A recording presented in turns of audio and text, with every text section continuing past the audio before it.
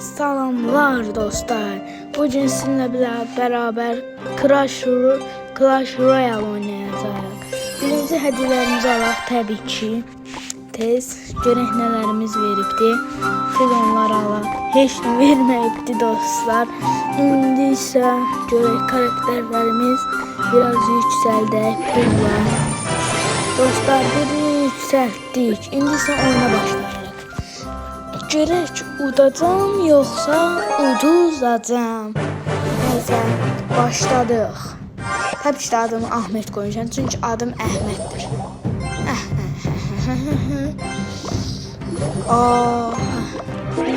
Dostlar tez qoyuruq bunları. Bunlar biraz da geçsinlər, onları öldürsünlər. Öldürün onları.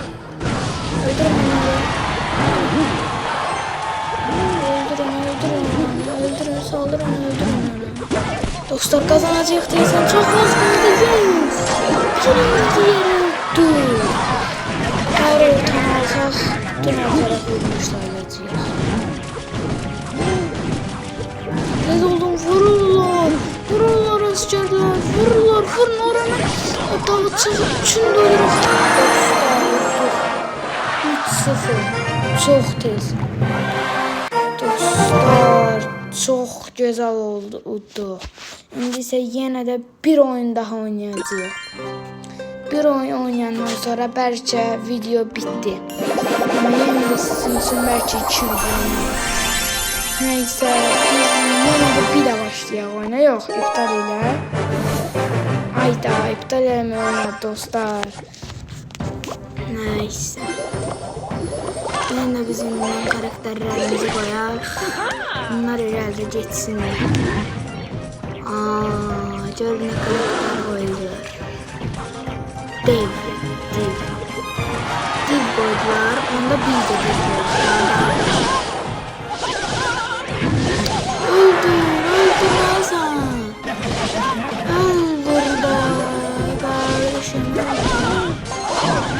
Dostlar koyun öldürsün. Sana gelsin. Öldürdü süper.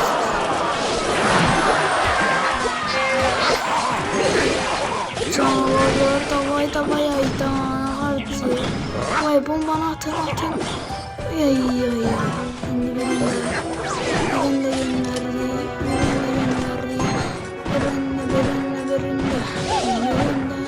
birinde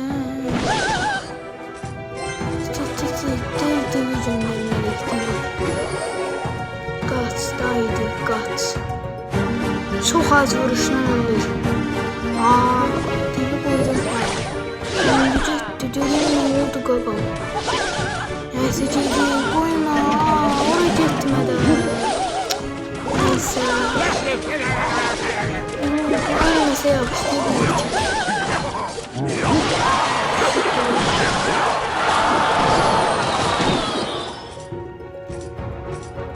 Hadi tez bunu koy. Tezce koyduk. Neyse öldür. Beşek. Yok bomba atayım bu sefer.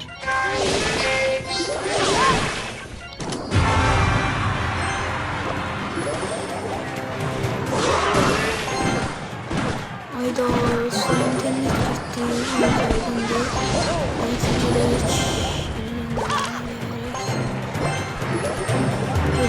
Gitti sana var. Öldürün çözümü.